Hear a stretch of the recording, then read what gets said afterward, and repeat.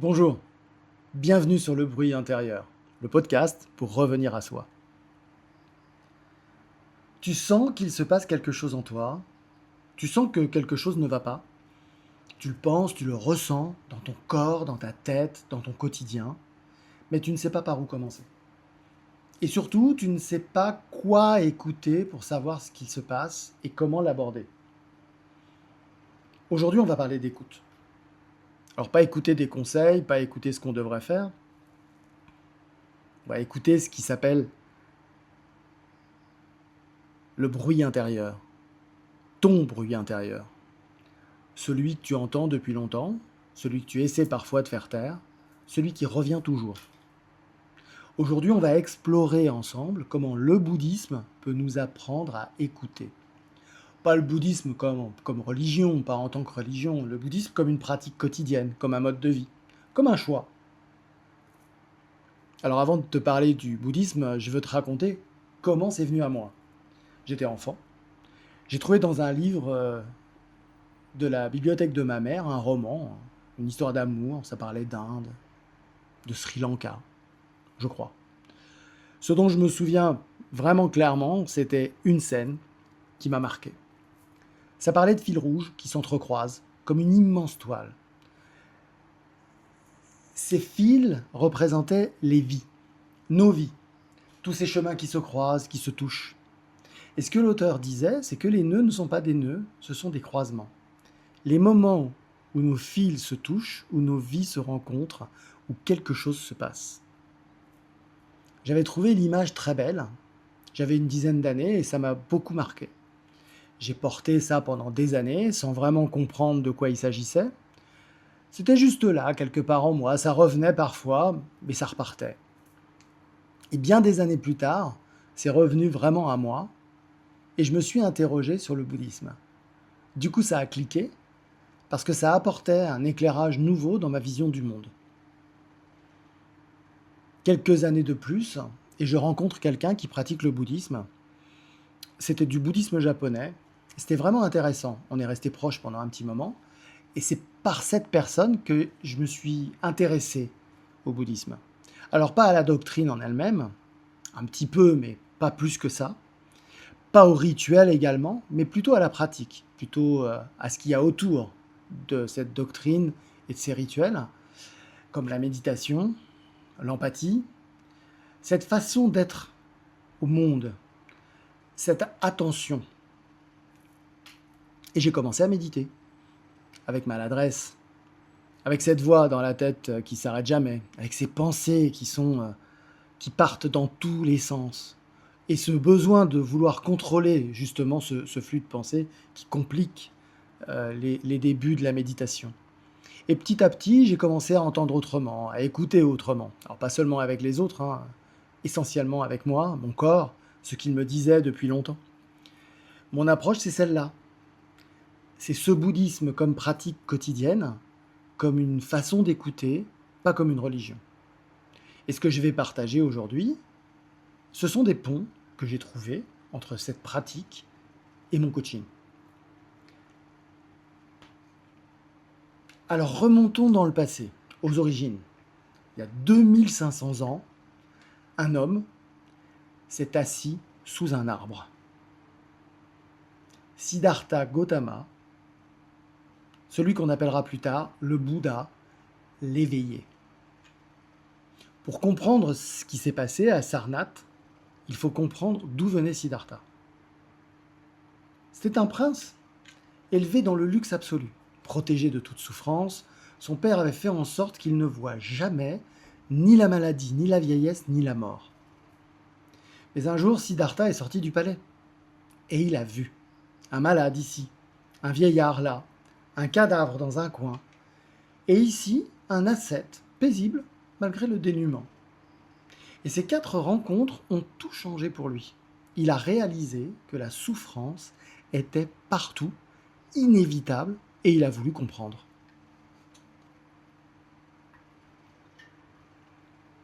Alors il a tout quitté.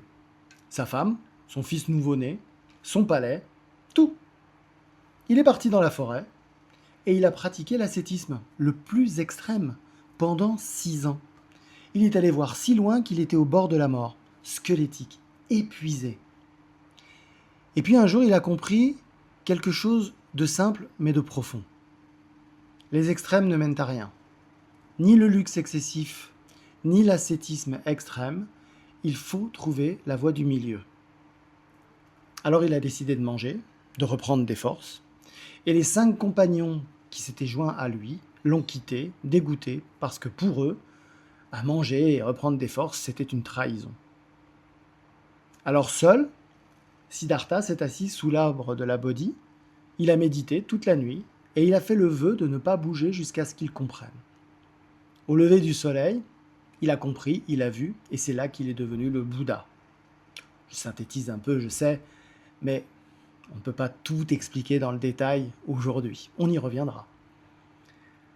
Et il a compris la nature de la souffrance, ses causes, qu'elle pouvait cesser, et le chemin. Mais comment transmettre ça? Comment mettre des mots sur quelque chose qui dépasse les mots? Par compassion, il a décidé de chercher ses 5 anciens compagnons, ceux qui l'avaient quitté. Il les a retrouvés à Sarnath, dans un parc aux cerfs près de Bénarès. Et là, quelque chose d'extraordinaire s'est passé. Les 5 ascètes l'ont vu arriver, et ils s'étaient mis d'accord en le voyant au loin. On l'ignore. C'est un renégat, on reste assis, on ne lui parle pas. Mais quand le Bouddha s'est approché, ils n'ont pas pu s'en empêcher. Quelque chose en lui avait changé. Une présence, une paix profonde. Ils se sont spontanément levés, prosternés, submergés par sa présence. Dans leur cœur, ils savaient. Quelque chose avait changé, profondément.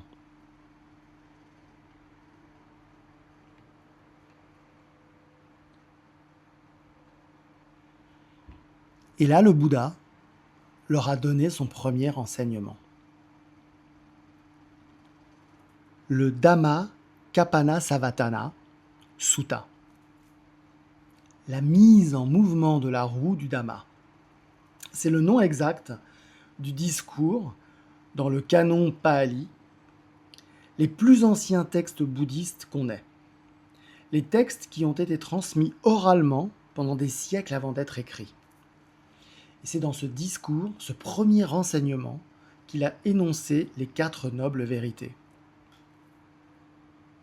Pas comme des croyances qu'il fallait accepter sur parole, pas comme une doctrine à suivre aveuglément, pas comme une religion avec des règles rigides, comme des catégories d'expérience, des vérités qu'il avait vécues, des vérités que n'importe qui peut vérifier par sa propre expérience. Toi, moi, n'importe qui. Avant qu'on plonge dedans, avant qu'on explore ces 4 vérités, une petite précision. Le point est important. On les appelle les 4 nobles vérités. C'est comme ça qu'on les traduit généralement, mais c'est une traduction un peu trompeuse, légèrement inexacte. En Pali, la langue du canon bouddhiste, la langue dans laquelle ces enseignements ont été préservés, c'est Katari Arya Sakani. Arya, noble, ne qualifie pas les vérités elles-mêmes, ça qualifie ceux qui les comprennent, ceux qui les voient, ceux qui les vivent. Une traduction plus juste, plus précise, ce serait 4 vérités pour les spirituellement nobles, ou alors 4 vérités nobles au sens où elles élèvent ceux qui les comprennent. C'est-à-dire 4 vérités que tu peux voir quand tu as l'insight, quand tu écoutes vraiment, quand tu arrêtes de fuir ce qui est là, quand tu regardes en face.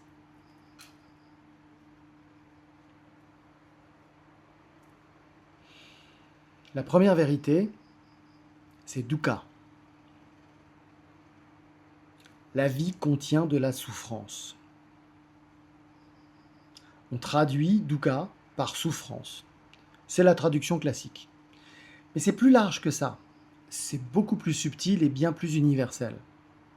Dukkha, c'est cette insatisfaction fondamentale, ce malaise diffus, ce something feels off, ce sentiment que quelque chose cloche, ce poids que tu portes sans savoir exactement ce que c'est.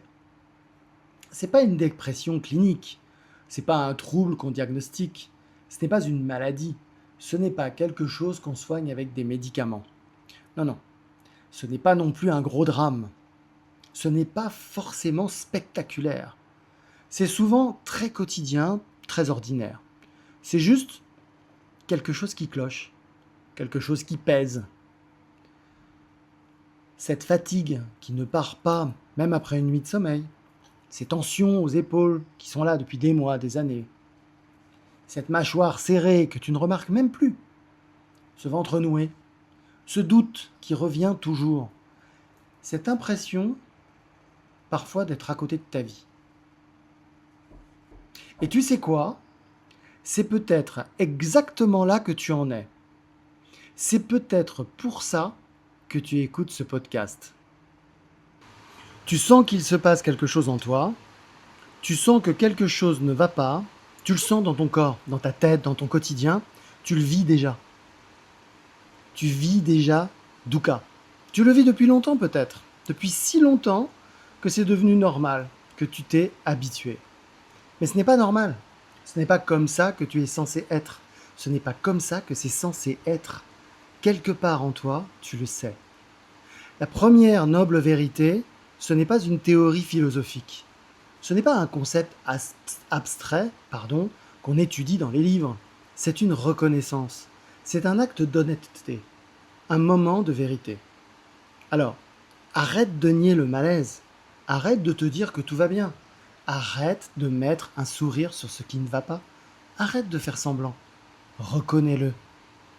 Dans mon coaching, c'est toujours la première étape. Toujours, sans exception, avant de chercher des solutions, avant de vouloir changer, avant de faire quoi que ce soit, on nomme ce qui est là. On reconnaît, on accueille. Oui, je porte quelque chose de lourd. Oui, c'est réel. Oui, c'est là.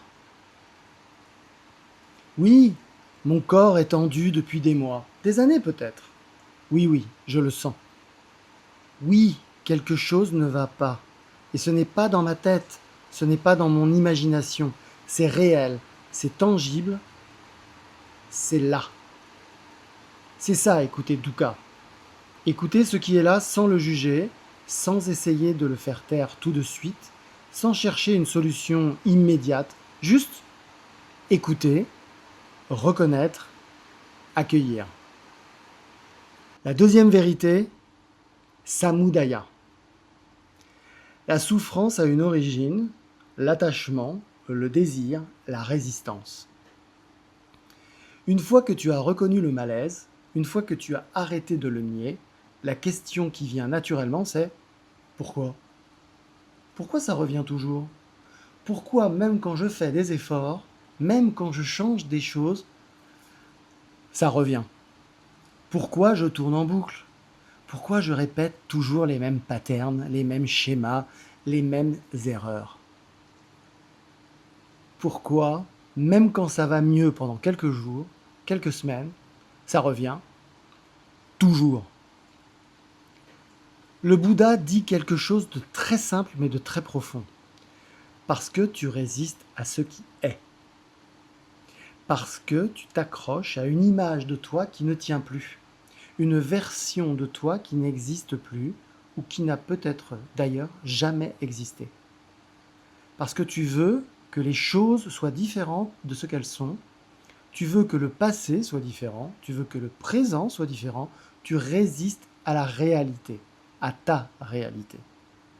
Parce que tu as peur de lâcher, parce que tu as peur de lâcher, parce que ce qui va se passer si tu arrêtes de tout contrôler, peur de perdre cette image parfaite que tu essaies de maintenir, peur que les gens voient qui tu es vraiment, peur de la chute. En coaching, cette étape, c'est celle où on creuse. On ne cherche pas le symptôme, on cherche la racine, on va en profondeur. D'où vient ce malaise? Quelle est la vraie origine? Quel attachement? Quelle résistance? Qu'est-ce que tu refuses de lâcher? Qu'est-ce que tu refuses de voir? Est-ce que ce besoin Est-ce que c'est le besoin de tout contrôler, de tout prévoir, de ne jamais être pris au dépourvu, de tout maîtriser? Est-ce que c'est le perfectionnisme qui t'épuise? Cette voix qui dit que ce n'est jamais assez bien, que tu aurais pu faire mieux, que les autres font mieux. Jamais assez, jamais. Est-ce que cette image de toi que tu essaies de maintenir coûte que coûte, cette version de toi qui doit toujours être forte, toujours être capable, toujours réussir, toujours savoir, toujours être là pour les autres, cette version qui ne peut jamais montrer de faiblesse? Est-ce que c'est la peur du jugement, la peur de décevoir, la peur de ne pas être à la hauteur, la peur d'être découvert comme, qui sait, un imposteur? Écouter Samudaya, c'est poser cette question. À quoi je m'accroche? Et pourquoi? Qu'est-ce que cet attachement me donne? Qu'est-ce que j'ai peur de perdre si je lâche? Ce n'est pas toujours agréable. C'est même souvent inconfortable. Parfois, on découvre des choses qu'on préférerait ne pas voir, des parts de nous qu'on préférerait garder dans l'ombre, des vérités qu'on préférerait ignorer. Mais c'est là que commence le changement, c'est là que commence la transformation. Pas dans le déni, pas dans la fuite, dans la reconnaissance. La troisième vérité, c'est Niroda. La souffrance peut cesser. Ce n'est pas une promesse vide. Ce n'est pas du développement personnel à 2 balles qui te dit que tout va être parfait si tu médites 10 minutes par jour et que tu penses positivement. Ce n'est pas une garantie que tu vas devenir riche, heureux et célèbre si tu suis ces 5 étapes simples. Que tu likes, que tu partages et que tu commentes le post sur Instagram. C'est un constat, une vérité vécue, quelque chose que le Bouddha a expérimenté, quelque chose que tu peux expérimenter aussi. Quand tu lâches ce qui te retient, le poids se relâche. Pas tout d'un coup, pas pour toujours peut-être, mais il se relâche. Et donc il s'allège.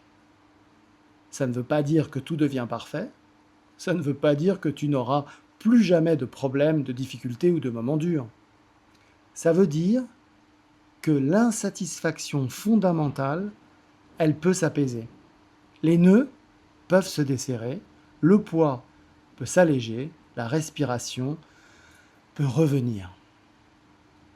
J'ai vécu récemment ça, plusieurs fois, il y a quelques mois et quelques semaines. Ce moment où tu lâches enfin quelque chose que tu portais depuis longtemps, où tu acceptes ce qui est, où tu arrêtes de te battre contre toi-même, où tu poses les armes, où tu dis « Ok, c'est comme ça ».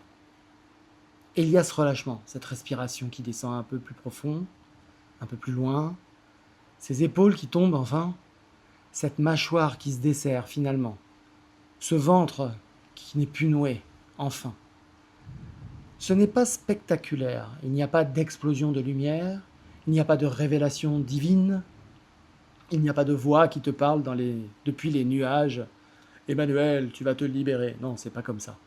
C'est juste léger, juste un peu respirable, juste un peu plus spacieux, comme si quelque chose s'était ouvert, comme si une porte s'était entr'ouverte. Écouter Niroda, c'est croire que c'est possible, que tu peux te sentir autrement, que le malaise peut s'apaiser, que ce n'est pas une fatalité.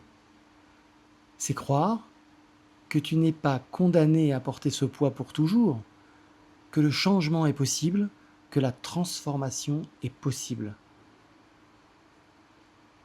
Pas après 10 ans de méditation dans une grotte himalayenne, pas après avoir tout quitté pour devenir moine. Non, maintenant, ici, dans ta vie, dans les petits moments. Quand tu décides de lâcher ne serait-ce qu'un instant, quand tu décides d'accepter ne serait-ce qu'une chose, quand tu décides de respirer, vraiment respirer. La quatrième vérité, c'est Magga. Il existe un chemin. Le Bouddha a appelé ça le noble sentier octuple.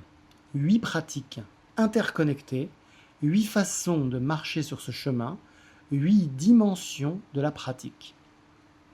Vue juste, intention juste, parole juste, action juste, moyen d'existence juste effort juste, attention juste, concentration juste.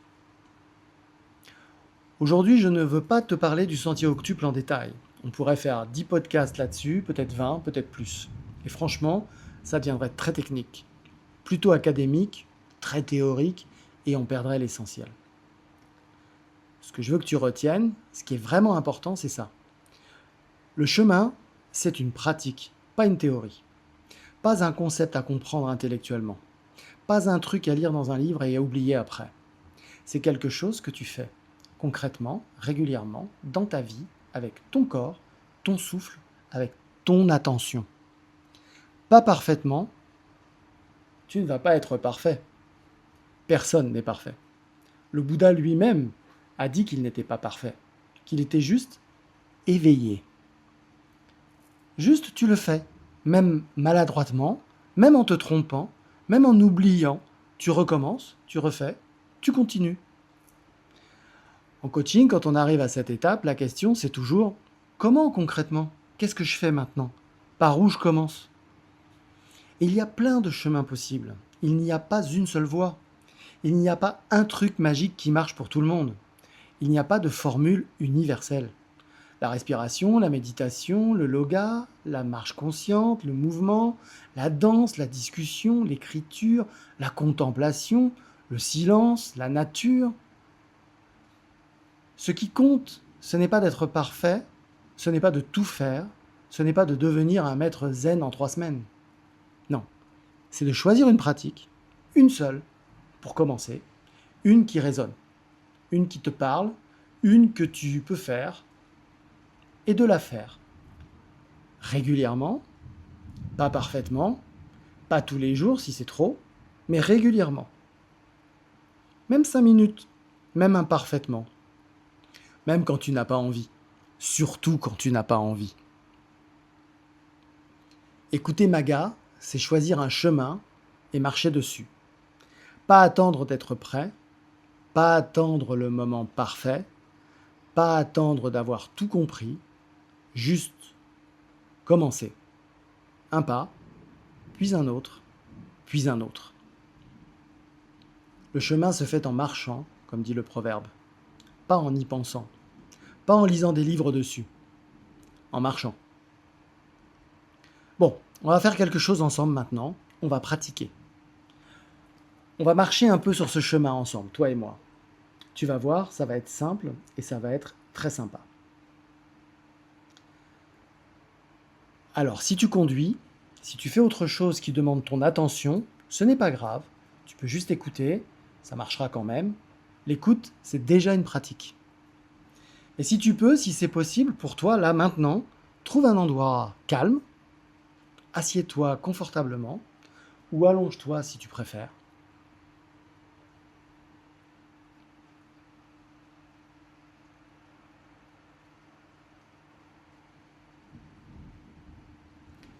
Ferme les yeux si tu veux, ou garde-les ouverts avec un regard doux, pas focalisé. On va juste respirer ensemble pendant quelques minutes. C'est tout, rien de compliqué, rien d'ésotérique, juste respirer. Et pendant qu'on respire, tu vas écouter ton corps te dire ce qu'il porte. Tu vas l'écouter vraiment, peut-être pour la première fois, depuis longtemps ou peut-être même jamais.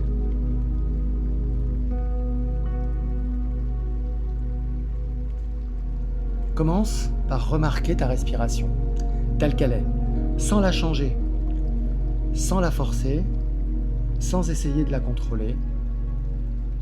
Elle est rapide, lente, superficielle, profonde, bloquée quelque part. Juste remarque, sans jugement. Ce n'est pas bien, ce n'est pas mal, c'est juste comme ça. C'est juste une observation. Tu notes, tu remarques, pendant 10 secondes. Maintenant.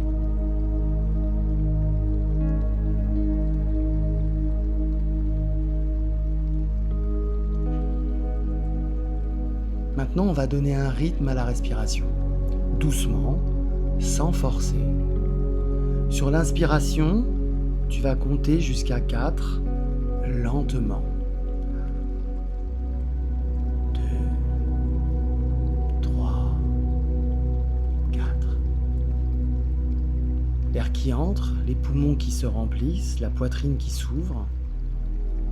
Retiens pendant 4 temps. Pas de tension, juste une pause.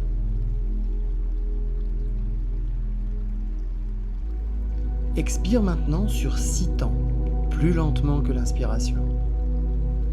1, 2, 3, 4, 5, 6. L'air qui sort, les poumons qui se vident, le corps qui se relâche un petit peu. Encore une fois, à ton rythme. Inspire.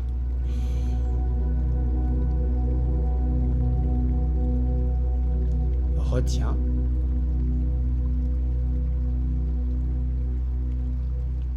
Expire.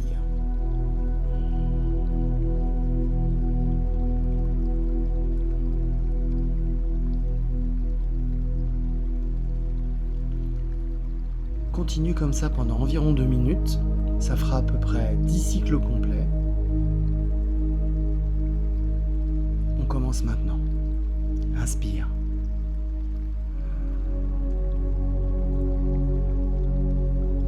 Retiens. Expire.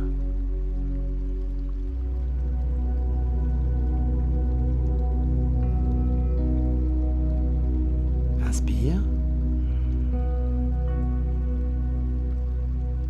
Retiens. Expire.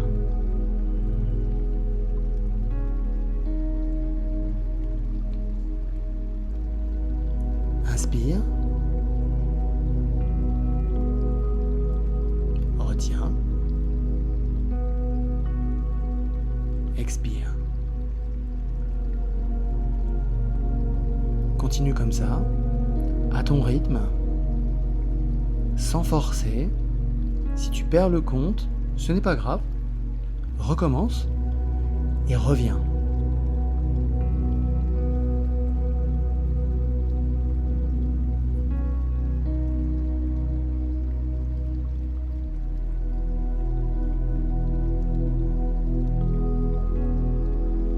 Pendant que tu respires, scanne ton corps. Commence par le sommet de ta tête. Ton cuir chevelu, le front, les tempes. Descends lentement les yeux, les paupières, le nez, la mâchoire. Est-elle serrée? Est-ce que tu peux la relâcher un petit peu? Ton cou, tes épaules, où est-ce que tu sens de la tension? Où est-ce que c'est tendu? Ne force pas, juste constate. Prends des notes. Ta poitrine, le sternum, les côtes, le cœur qui bat. Ton ventre, est-il serré? Relâché? Est-ce que tu peux laisser le ventre être souple? Le bas du dos, les lombaires, les reins.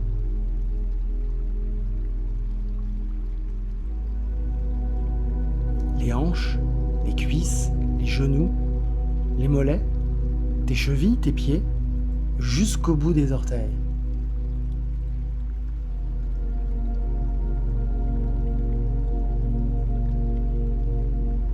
Maintenant, reviens à l'endroit où tu as senti le plus de tension, l'endroit qui a attiré ton attention. Les épaules peut-être ou la mâchoire, le ventre, autre chose. Reviens là et pose ton attention là.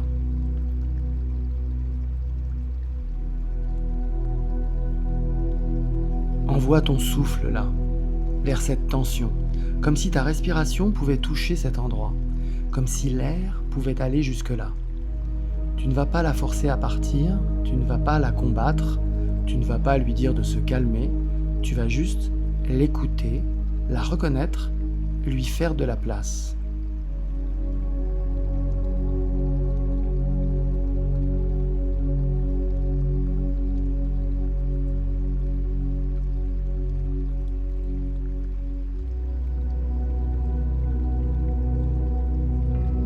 Qu'est-ce que cette tension a à te dire? Qu'est-ce qu'elle porte? Pas avec des mots. Ce n'est pas une conversation. Ce n'est pas un dialogue.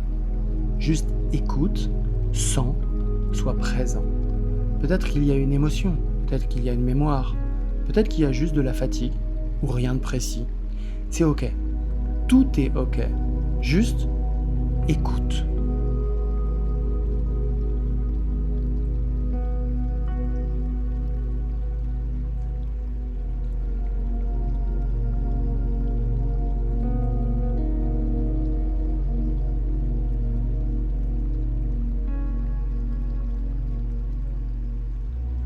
Maintenant, reviens à une respiration naturelle. Sans compter, sans rythme imposé, laisse ton corps respirer comme il veut, comme il a besoin. Juste observe, juste sois là.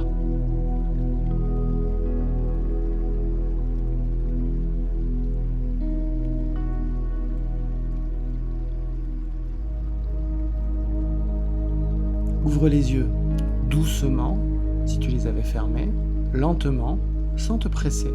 Reviens ici, dans cette pièce, dans cet endroit, dans ce moment. Prends juste un instant pour remarquer comment tu te sens.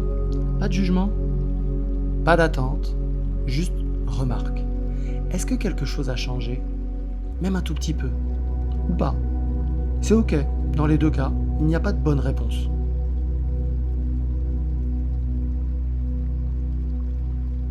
Ce que tu viens de faire, c'est Maga. Le chemin, la pratique. Une pratique simple, pas parfaite, pas spectaculaire, juste pratiquée, juste vécue. Et c'est ça qui compte, pas la perfection, l'action, le geste, la présence. Tu te souviens de l'histoire du début, les fils rouges qui s'entrecroisent? Les nœuds qui ne sont pas des nœuds, juste des croisements. Cette image qui m'a marqué quand j'avais 10 ans. Les 4 nobles vérités, c'est un peu ça. En fait, c'est exactement ça. Ce qui semble être un nœud inextricable, ton malaise, ta souffrance, ton insatisfaction, ce poids que tu portes, c'est en fait un croisement. Un point où plusieurs fils se touchent, plusieurs parts de toi, plusieurs histoires, plusieurs blessures peut-être, plusieurs peurs, plusieurs désirs.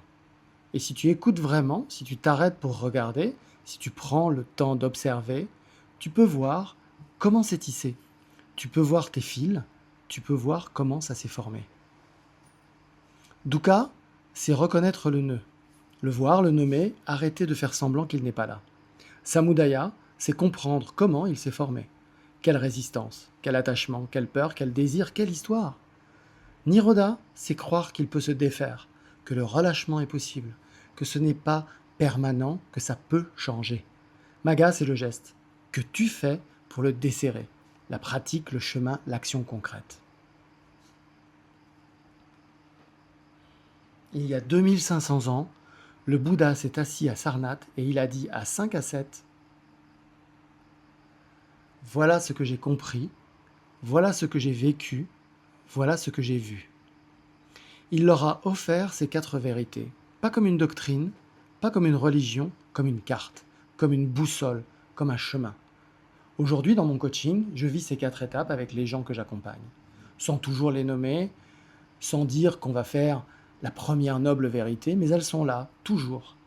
Reconnaître ce qui est, comprendre d'où ça vient, croire que ça peut changer, pratiquer. Je les ai vécues moi-même, je les vis encore, je vais les vivre dès demain et après-demain. Ce n'est pas fini, car ce n'est jamais fini. Et toi, peut-être que tu les vis aussi sans le savoir, sans les nommer, sans avoir lu les textes du canon Pali.